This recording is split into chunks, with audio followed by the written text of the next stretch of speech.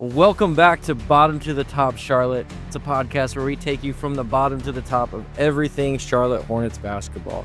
I'm Ryan, and we've got a lot to talk about today in this episode. That's right, Ryan. It's Jesse here, and put it lightly, it's been a rough month. It's been rough. So there's lots to talk about, but we're coming off of a win. That's right. Well, what we said was we were going to record over Christmas break, but some things kind of got in the way, and then I think maybe both of us got so low in the midst of this. Like, we were trying to do everything we can. That's what we're about here, is what are the positive right things that are taking place within the organization, the players, etc. There was not a lot going right for it. No, there was not. Our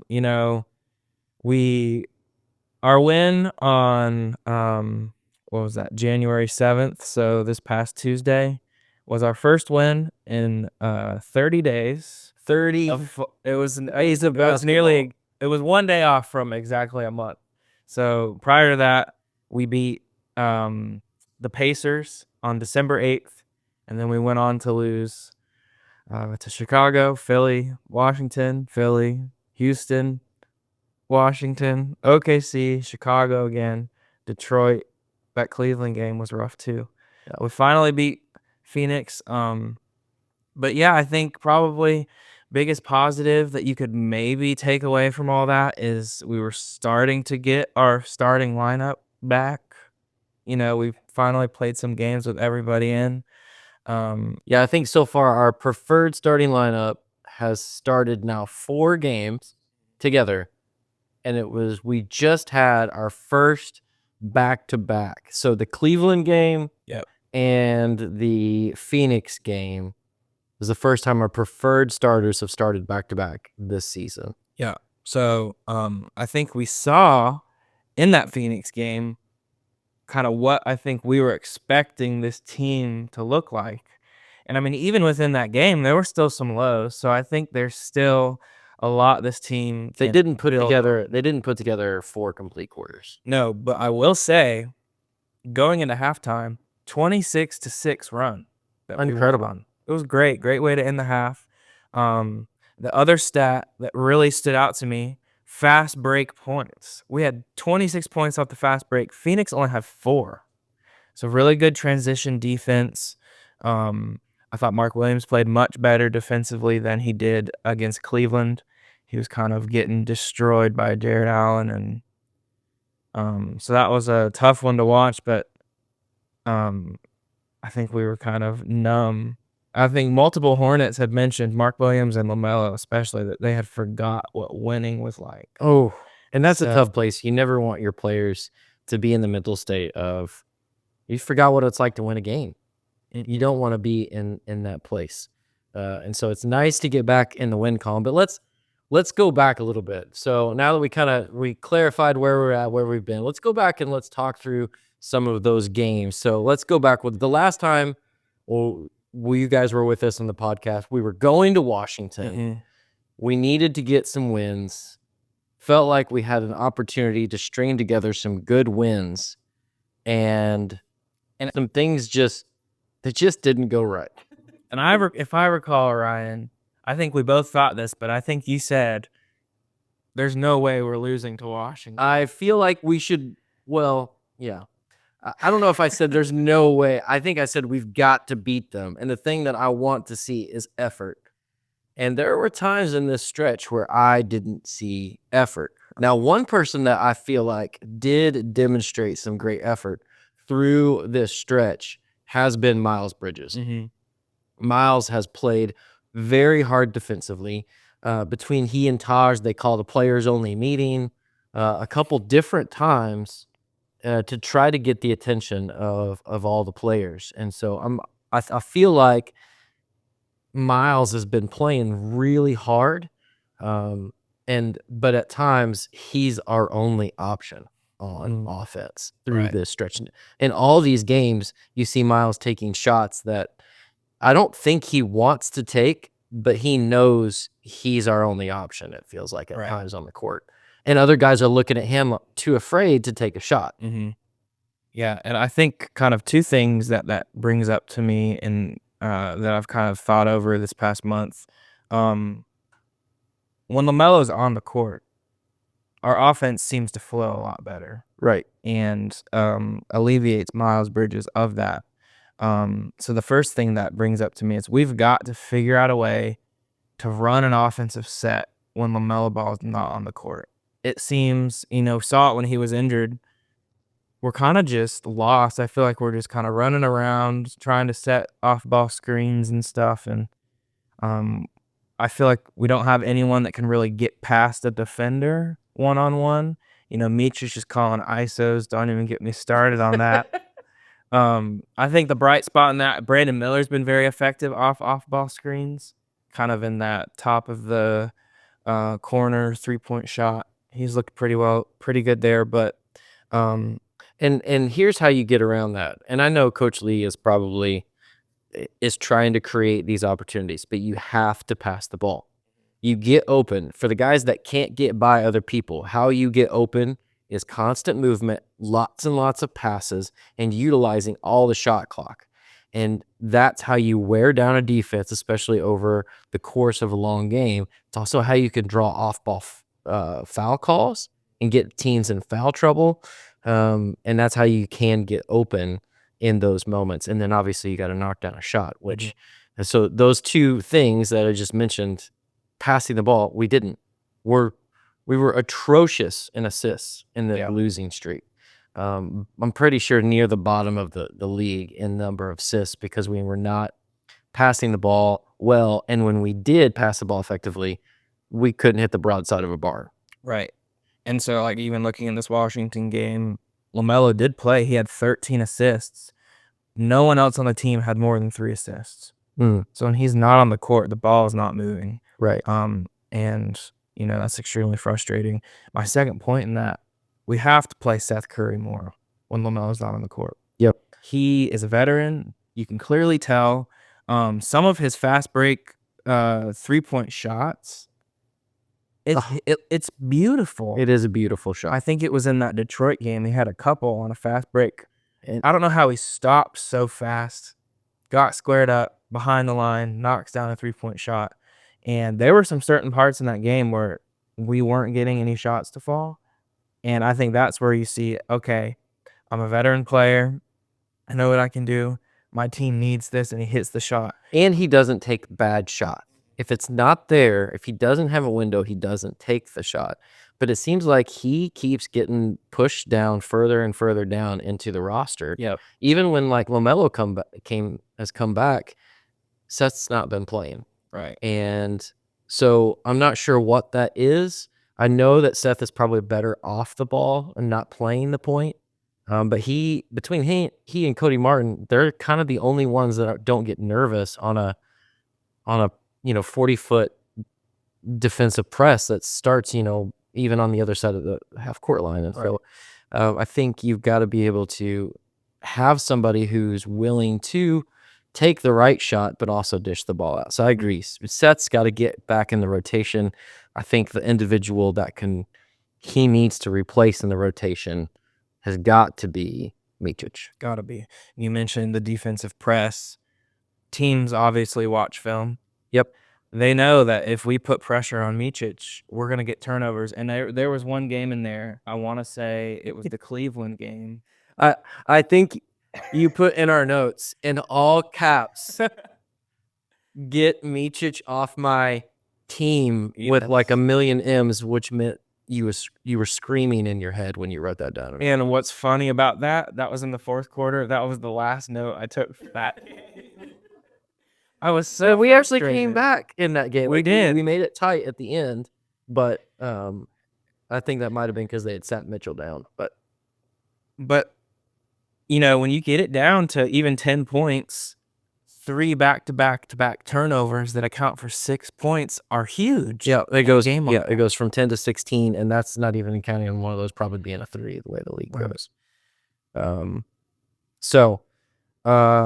Some rough games in there for sure. I think going back to the Houston game, that was our first win of the season. Was kind of exciting thinking, we beat these guys, but they they've found their stride for sure. Yes. Houston's very low in a tough conference, Mm-hmm. with really, really good teams. Yeah. They're young. Mm-hmm. Yeah. But even in that game, LaMelo did play. He had a great start. He attacked right from the very beginning. And even despite how rough that game was going, eventually there was a strong comeback again in the fourth quarter. So these guys are not quitting. But man, there's just some moments of horrific shooting, not passing the ball. And I think in that game, one of my major frustrations was, and I wrote this one in all caps, which was, I'm done with minutes restrictions. Now, maybe I'm old school. I know I'm an old man now, but this mentality of just, I got a little tightness in my elbow. Right. That's my non-shooting arm. I think I need to sit down. Like that kind of gets under my skin. That's frustrating as a fan. Yeah. And one of the things that, throwing back to the 90s and the early 2000s era, those players realized that people paid a lot of money to come watch them play the game of basketball, and there was a joy in playing it. And I'm not saying that our players today don't take that into account, but it's frustrating when these teams you want to go watch them play, and these guys are sitting out for seemingly kind of minimal amounts. I think there are other ways to restrict time on the floor. Maybe, I mean, it's like Steve Kerr. He's vowed to only put 31 minutes of the floor each game on Steph Curry. So I still think these guys can play without just taking the whole game off. Right. And I think we've maybe gone too far in the opposite direction with the training staff. It's like we had this training staff that, Yeah, they can stop blood, but it's like, the team, every single player is getting hurt, and I get, especially with Mark Williams, I'm maybe more lenient with the minutes restrictions because a giant human like that is just so prone to these tiny little foot injuries and back injuries. and a long way to the floor. And he's missed, 2 seasons. You got to ease him back in, and they have. But when you have your all-star point guard who is still leading Eastern Conference guards by Shout out. 500,000 votes, so don't forget to go vote LaMelo Ball. Don't forget to go vote for Grant Williams, even though he's injured, and my guy Diabate, who I'm going off on a tangent, but Diabate in the G League has dominated. I think his first game in the G League, he had a double-double and didn't miss a single shot. I forgot what game it was. I actually tried to go back to try to find this highlight because it was my favorite Eric Collins call of the weeks, I guess. There's this moment where Diabate catches it at the top of the key and takes one dribble and then does the spin move and then hammers it over some guy. And I was like, that's what we need all the time out of him, not just this passive. And I think that comes with experience, that comes with belief in him and him looking, I can score. And clearly he can. He's been doing the G League. Right. All right, side tangent. We'll stay on the G League thing for just a second. What have you seen out of Nick Smith and KJ, who have been to the G League? They've been down. They brought them back up and sent Diabate and who was it? Isaiah Wong. They sent them. So those are the two that they swapped. What do you see the benefits of the G League doing for our players, and how have you seen that in KJ and Nick Smith? Nick Smith Jr., especially these last 2 games, has looked amazing. I mean, he's looked really good. He was 0 for 14 from 3 before we sent him down. Right. And sometimes I wonder, is there really a benefit to that? But the numbers do not lie. We ended up losing to Cleveland, but Nick Smith Jr. in 19 minutes had 18 points, 2 assists, and 5 rebounds, shot 7 for 12. Do you feel like even had a block? Do you feel like he can be a PJ Washington, Kelly Oubre type who can come in and score points for us like they used to right off the bench? I mean, we need it. We need it because that kind of was getting. I wanted to get to this. Josh Green and Cody Martin. When we go back to I forget what game I was on. It was the Houston game.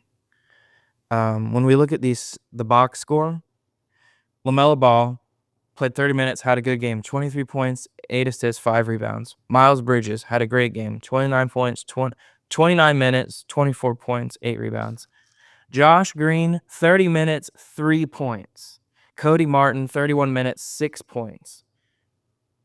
The only other guy on the team other than Mark Williams that had double digits was Diabate, 14 points. Yeah, that's the game. Seth Curry, speaking to what we just talked about, only played 6 minutes. But when I get Josh Green, Cody Martin, you have them in for defense. But if they can't even get me 10 points. Right. There are enough. What that tells me, one of two things happen.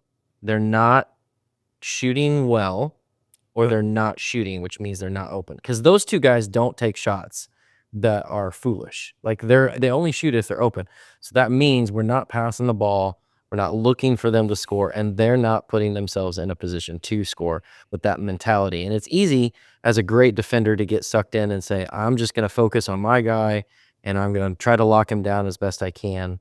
But you got to score. Sometimes you got to just drive even. Cody Martin and Josh Green have both showed get to the free throw line. Yeah. And I mean, Cody Martin was 0 for 5 in that game from 3. Josh Green was 1 for 4. So that was his only Okay, point. then stop shooting threes. Go to the basket. Right. Cody Martin was 3 for 10, though, total. So it's just really frustrating. So that tells me he was 3 for 5 from inside the arc. So you got to get. Yeah. And so to that point, Nick Smith Jr., if he's going to be able to put up, and he also looked confident with the ball. I mean, he did. had some good. That was the thing. KJ was quick to pick up his dribble, but Nick Smith definitely looked confident with the ball. He seemed to facilitate well, especially to Miles Bridges in that game against Cleveland, which was nice to see. I do think KJ can be a really good player. He does look like he has the ability to be a good player, but I think he's one of those guys who just needs time in the G League. We talked about this some too throughout the weeks. Salon would probably benefit greatly. Okay, the man runs like a giraffe. Okay, that's all I have to say was one. So, and maybe that's why he's. And I remember when Giannis came in the league, he looked goofy when he ran the floor. He wasn't filled out, but Salon picks up his dribble too early, way too often. He makes bad decisions passing wise. And there are moments where like he gets excited, and when something goes right, like the energy is there. Yeah. I would just love to see some coaching and him to learn how to harness some of that stuff. And I think the G League is the right place for him. And I know we had to lean on him. It's like he's your top draft pick. You want to give him some touches and things, but I don't think he's Brandon Miller capable. Right. Or the way LaMelo, when they came in the league, to take a load from these. Now, there's tremendous value to playing against the best of the best. Right. But you can crush a guy's confidence. And I'm seeing areas that his confidence is being crushed because I feel like in the G League, he'll drop 25 a game. Right. If given the opportunity. So I think there's a lot of value to that. So maybe bring Diabate back, then Tijon down to the G League. It just seems like we're in this situation where I think there's part of it is he's your lottery pick, and part of it being we really don't have anyone else. So it seems like he's just there to fill a spot on the floor. Right. I think for a lot of teams, he wouldn't be there. And like you said, I think it's great for him to be on the court, but it could be one of these year one, first half of year 2 Bryce Young situations. We don't want to destroy confidence. That's true. Send him down to the G League, have him come back. I'm not saying he's going to be a top 5 player when he comes back, but are you saying Bryce Young is a top 5? Statistically, he is. Okay, well, we'll get to that on Bond to the Top Charlotte Panthers version down the road. It's coming now that the Panthers are at the bottom. So stay tuned next fall. We will. You say now that the Panthers are at the bottom as if it hadn't been a decade. True. If anything, we're in mediocre land now. Yeah. Well, hey, just saying. We'll get back on topic, but the Panthers are going to Green Bay, so I'm thinking maybe you and I should go to Lambeau Live next year. Live stream. I'm just saying. Okay. Back to the Hornets. Yes. Okay, so What have you seen out of Mark Williams? I think he can be our franchise center. Franchise center. He's legit. Okay, so do you think he can play like, do you think he can be a Joel Embiid, Giannis, AD, or is he more of a Jokic around the basket? Do you think he'll develop a shot, I guess is what I'm asking. I don't necessarily think, I guess as far as modern NBA goes, game leads to that. I don't necessarily think with maybe how we're building the roster, we need him to do that. I agree. We have LaMelo Ball who can pull it from half court and drain a shot. You got Brandon Miller, who we said is great off the screen, shooting the ball. Veterans like Seth Curry.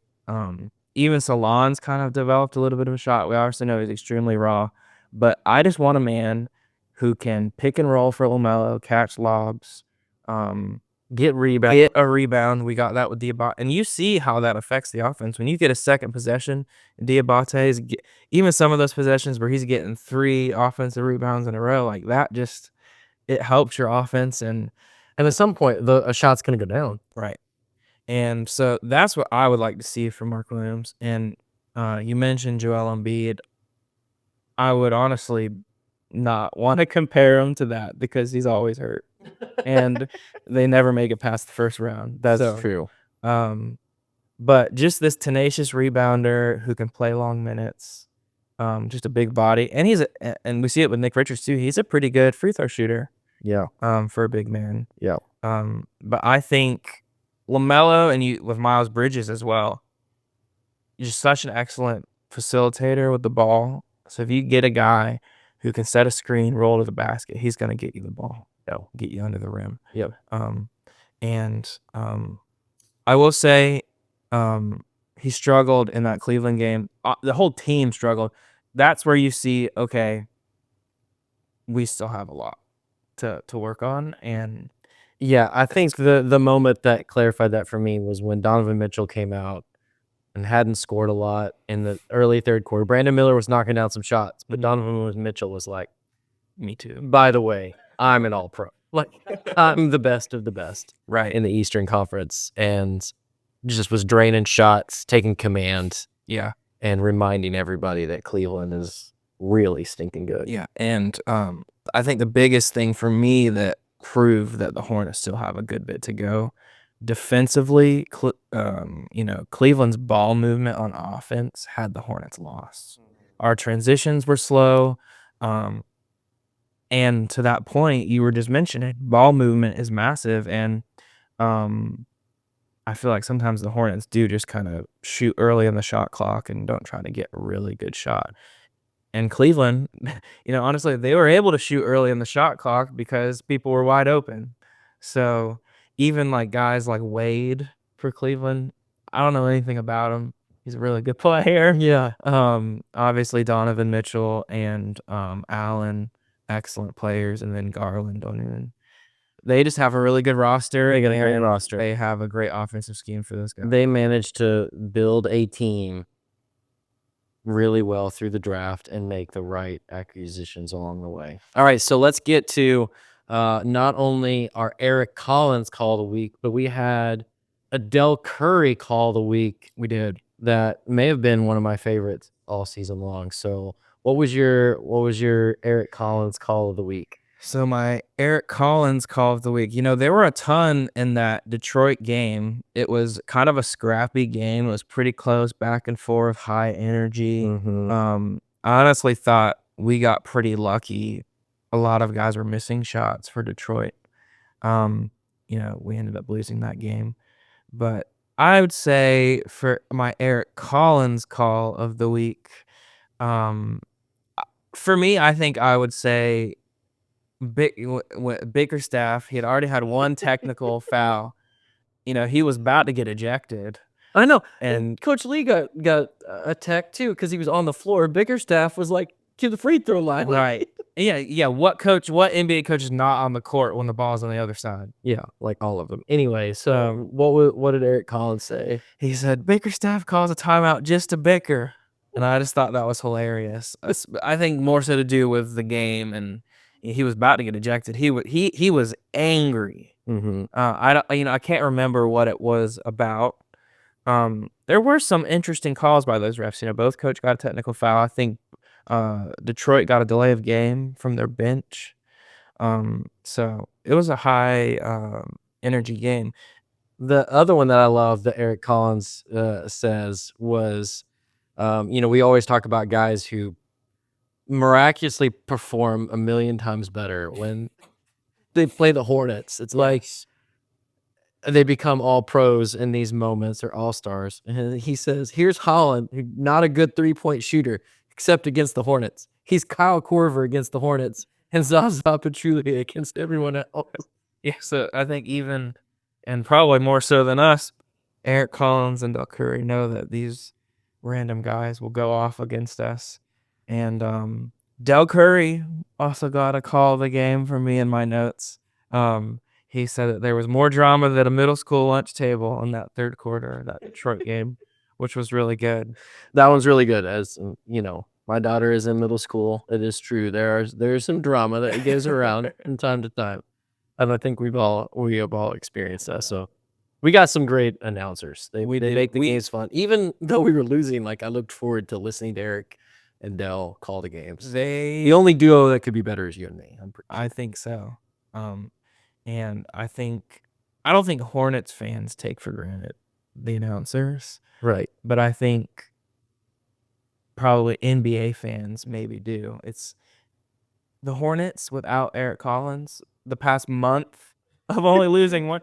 Why would you even want to watch? I might have called FanDuel and asked for my money back. It was so bad. So shout out to Eric and Dell, who is, we talk about the people who celebrate. We want to celebrate those that help us on game day. Eric and Dell, here's to you. We could not have survived this last month without you. Yes. So way to do it for us each and every week. All right, so let's get back to. I got to be honest with you. I'm a little behind on the games. I didn't get to watch the Phoenix game. So as we look forward to, you may have already heard, but the LA game's gotten postponed for wildfires. Prayers are with everybody, praying that limited damage and everyone stays safe. But so that game's that's going to get delayed. We don't know till when. So let's kind of look ahead to some of the other games that we've got. Right. So we also had another game in LA on Saturday. I feel like that's probably going to get postponed as well. It's only the next day. I couldn't imagine they would still play that. But that brings us to our next game on the 12th in Phoenix. Just beat Phoenix. Right. So what are some things that you saw from this last game that can carry over really well? What went right, and what do the Hornets need to do to win another game against the Suns? Right. So we mentioned random guys going off against the Hornets. It's been a theme. But I will say in this Nobody Phoenix did. game, I looked at the box score. Yeah, I mean, you let what I think our theory that we've kind of come up with is let the guy that's gonna go off and contain everyone else. Yeah. And that's really what they did. Devin Booker, 38 minutes, had 39 points, 10 assists. I think he had more than the first half. He was dominating. Yeah. And then Kevin Durant played 36 minutes, had 26 points. Those guys are gonna go get their buckets. Yep. But then you look at the rest of the roster. 6 points, 4 points. We held Plumlee to 0 points. Coming back to Charlotte. He didn't get a free throw shooting with his left hand or underhand or however he's shooting. But what's hilarious about that is Plumlee has the highest plus minus on their whole roster.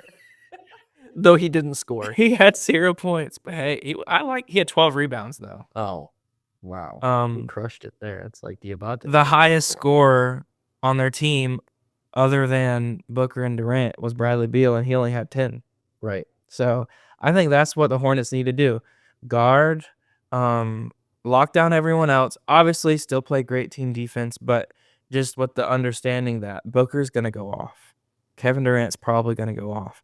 But, I mean, even by Kevin Durant numbers, that was not a great game for him. So I still think we guard him pretty well. I think it was in the third quarter. He shot this 3-point. I don't think I've ever seen Kevin, at least live, missed the entire backboard. Oh my. I mean, the entire stadium, air ball. He missed everything. And so I think that was great. I don't know if we've already mentioned it, but going into halftime, we went on a 26-6 run. I think if you can, that goes down to your defense as well. But then being able to score points. LaMelo Ball just talked about in a assist, struggling with assists. He had 7 assists. He also had 10 rebounds, which was great. And then Mark Williams almost had a double-double as well. 9 points, 10 rebounds. He only played 21 minutes. Yeah, but Nick Richards played particularly well in this game. Off the bench, Short. off the bench, played amazing. He had 15 points, 12 rebounds. He was getting to the free throw line, shot 7 of 8. Plus minus was 23, highest on the team. I wonder if we match up particularly well with Phoenix. I'd love when I get a chance to watch that game actually later this evening on the game replay. I wonder if we just match up well in our positions with who's guarding who. You know, maybe Miles gave Kevin Durant a hard time, and then obviously I think Mark and Nick may have been the better centers for sure in the game. Yep. So I would say continue to play great defense. And then, Del Curry says it all the time, but when LaMelo Ball is on the court, we always have a chance to win the year. That's true. So now one thing I think we could do better, we've talked about it multiple times already. We didn't need him in this game, but Seth Curry played 0 minutes. 0. I want to see him in the game. Not when Cody Martin's playing 28 minutes and only getting me 4 points. And now, did he suit up in this game because he wasn't suited up in the Cleveland game? Yeah, I think he had some sort of injury. But I think he suited up for this game. I think he was as well. I would like to see him playing more. And then also, we can't forget Trey Mann has been injured. He was out. I think it was last week, but they said it was going to be another 2 weeks till they diagnose him again. That's hurting a lot because he was playing so well. He at the start of the season, we really haven't even got to talk about him since we started because he's been out. But I mean, people were putting him in the early conversation for 6th man of the year. Like he was dominant when he was on the floor. Mm-hmm. So yeah, and then Nick Smith Jr. had another good game. 8 points, 3 assists, and 4 rebounds off the bench. Played 21 minutes. So I think if he can continue to do that as well, I'm starting to really like him in our lineup. Yeah. So yeah, I think we have another great shot. Like I said, when LaMelo Ball is healthy, we always have a chance to win. Yeah. So lots to look forward to now that the Hornets are back in the win column, and some winnable games here. Obviously, we can beat Phoenix. I think we can match up well against the Clippers. Yeah, and I think LA is beatable.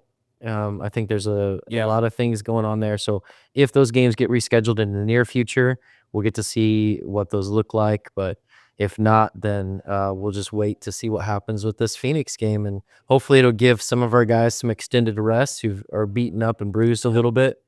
And so we look forward to those that taking place over the next week. So, well, that wraps up, I feel like, this week's episode of Bottom to the Top Charlotte. Mm-hmm. Thanks for tuning in, everybody. Make sure that you like, subscribe, comment, share with your friends and family about Bottom to the Top Charlotte for Hornets basketball. Yeah, and then also, if you have any questions you'd like us to answer, we'd like to start doing that as well. So put some questions in the comments, and don't forget to follow, rate our podcast on Spotify, Apple Music. And don't forget to vote for LaMelo. Yes, LaMelo, all-star point guard. We'll see you guys next week.